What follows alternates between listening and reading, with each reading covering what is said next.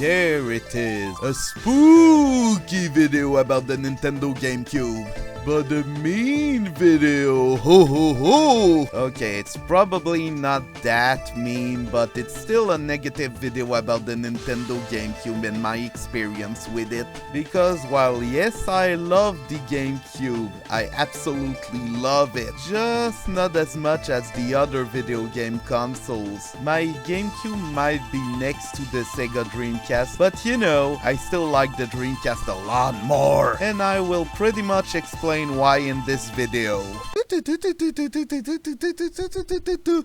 Boom! Wow, that sure is an intro. Either way, we must first talk about my gaming tastes. I have first developed my gaming tastes while playing the 7th Saga on Super Nintendo and also Mario All-Stars, which is really nice too. So gaming on the SNES felt like a new thing. But then on the Nintendo 64, I discovered even more new ideas, as well as some very interesting games, mostly from Rare. But that's mostly when I discovered that there were a lot of sequels and reused IPs by Nintendo. So the Nintendo 64 games felt a bit formulaic, but were still entertaining and original nonetheless. And when the GameCube came around, there was Pikmin, and also Dinosaur Planet. Oops, it's a Star Fox game now, and also Rare is gone now. So all of their original ideas went to the Xbox zone. So because of that, there were barely any new ideas or IPs on the Nintendo GameCube. And some of the spin-offs were just flat out predictable. Like there's Luigi's Mansion, which was very original, but there are also 4 Mario parties, an ordinary Mario baseball game. There's also Mario Strikers, but yeah, it's kind of an ordinary soccer game. So let's just say that just sticking with the popular stuff like Mario and Zelda just felt meh. That's why when I played the Nintendo DS for the first time, I kind of enjoyed it a lot more. It was love at first sight. Aside from a few predictable Mario games, there were so many interesting ideas, including Another Code and Hotel Dusk. So all of those new ideas kind of expanded my gaming tastes by a lot. Well, the Nintendo GameCube felt like comfort food, but like comfort food from a prison. All of this reliance on brands prevented me from having my own gaming taste. And considering Nintendo fans often really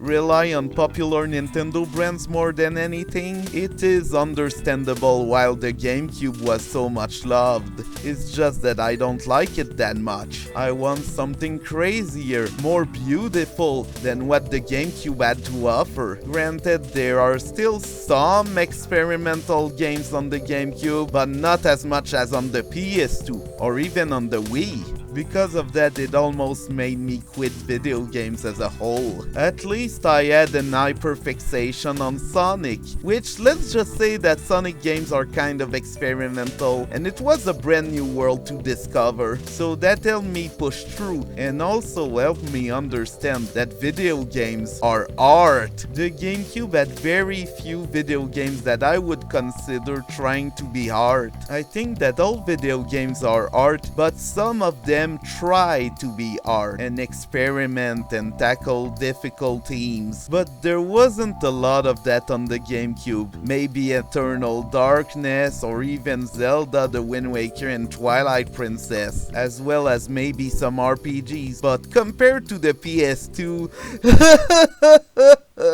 the symbolism of Silent Hill 2, the loneliness of Echo, the masculinity of Final Fantasy X, the philosophical themes of the SMT games, the virtual world of Rez, the consumerism of Katamari Damacy, Okami. There are so many games on PS2 that really tried to be art and succeeded at it, in my opinion. I love you, Nintendo GameCube, but this is my jam. And do not get me started on the Dreamcast. So that's what I think about the Nintendo Gamecube. A bit of a bummer, yes. Do I still like it? Yes. But here's the thing, I don't like my videos to be a bummer or negative, so I'll go over one negative thing and then we'll get to the positive stuff. I bought Paper Mario The Thousand Year Doors at $60 at launch, and honestly the game was kinda disappointing. The gameplay was mostly the same as Paper Mario. The graphics mildly impressed me, but not really that much.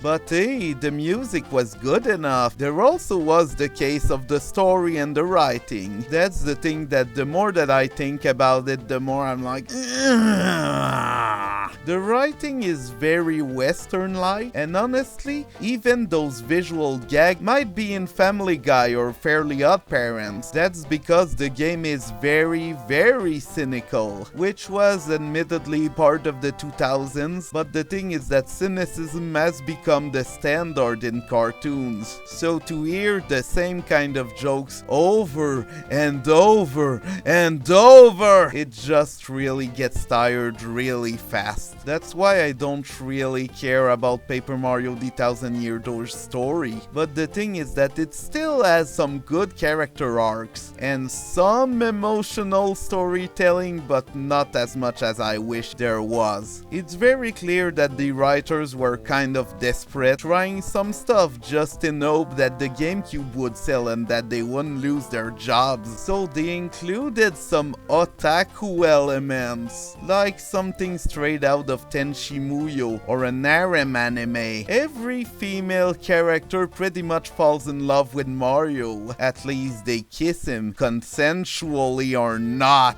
Which that reminds me of something. And before you people laugh, yes, I used to hang out with that guy that really liked harem anime, so I know exactly what I'm talking about. There's even a trap character. Unfortunately, in the Japanese version, Vivian is considered to be a boy who disguised himself as a girl. But ever since then, Nintendo fans were like, nope, she's just trans. And I mean, good for her. Good for her. There's also that one computer which I'm like, we're supposed to like them? At least the X-Nuts are cool, and I kinda love Paper Mario's story. It was cynical, but at least it didn't have that. It even made fun of the otakus who played the first game. Either way, now we're done with the negative. Luigi's Mansion is a pretty original and interesting Mario spin-off. It has the fixed camera angles of the Resident Evil games, as well as some unique mechanics,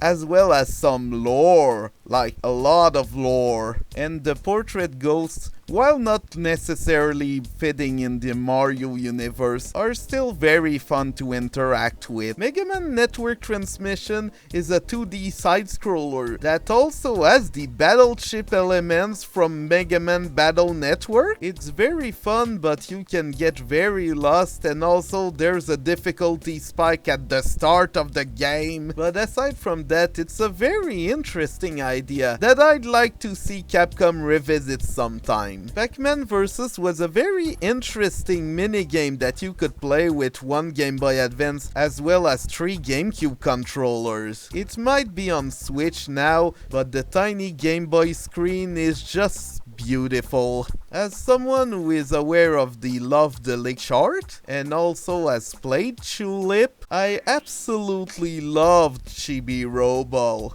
Yes, it's a very slow-paced, offbeat game that probably turns off most Nintendo fans. But honestly, these are the kind of games that I live for. It also has some surprisingly dark themes, so just be aware of that. Thanks, Odama!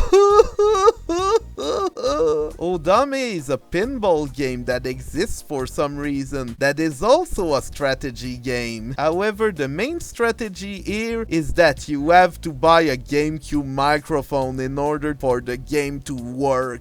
And you also have to use it while playing the game. The harder part of this game is that you have to multitask. So maybe bring a player along with you. That would help the game for people with a lot of patience. Also, this game is made by the creator of Seaman, so whatever, it's weird. Kirby Air Ride has 3 main game modes, and they're all super creative. Although the physics are very chaotic. And while there are 3 game modes, there are like 360 achievements, so you're gonna play for a while. I don't exactly get why people say that there's not enough content. It's probably my favorite racing game on the Gamecube. Like, I love F-Zero GX, but it's still kind of like F-Zero X, so... But one game I'd probably put above F-Zero GX is the underrated Extreme Racer Grand Prix. While I enjoyed the other Extreme G games, none of them were able to replicate the feeling I have with this one. There's a lot of high-speed racing, a campaign mode, and a lot of unlockables. There's also that feeling. You know when in F-Zero you go through a tunnel? Well, it's that feeling, but not from Nintendo. The characters even talk to each other, and you can choose your style of soundtrack. I love F-Zero GX, but this is the one I want to see remastered. Although the soundtrack is all licensed music, so too bad. The thing about the custom Robo games is that we never got any of the Nintendo 64 ones, which is a shame, but apparently it has a baby story with low stakes and chibi characters, and that's alright by itself. But the one on the GameCube has a gritty story without being too edgy, and the atmosphere is very 2000s anime, which is fine too, but it still has a lot of humor and interesting aspects to it.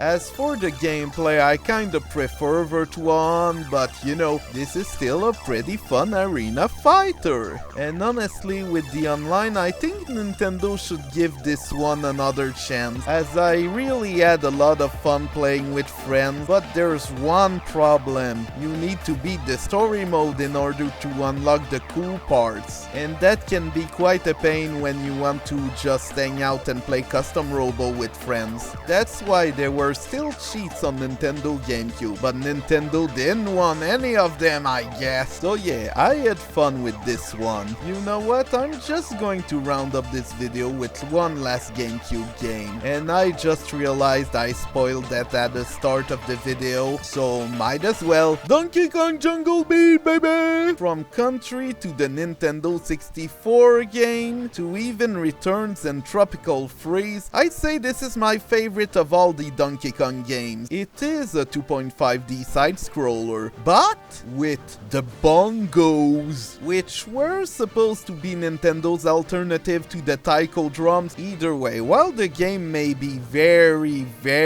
easy, I still had a lot of fun with it, and just the creative level designs, the gimmicks, the ideas, it all comes together. I would even dare to compare this game to Dynamite Eddie and Ristar. It's a 2D platform game with a gimmick, and the game revolves around it. Understandable, simple, and sweet. That is all I need for a 2.5D platformer. No, I will not explain myself for the Chibi-Robo Ziplash footage right now. So I think with Donkey Kong Jungle Beat, this is gonna be the end of the video. It's like 15 minutes. Either way, if you want to hear some more weird takes, it's simple. All you have to do is like, comment, and subscribe, because every comment boosts the algorithm. Every single one.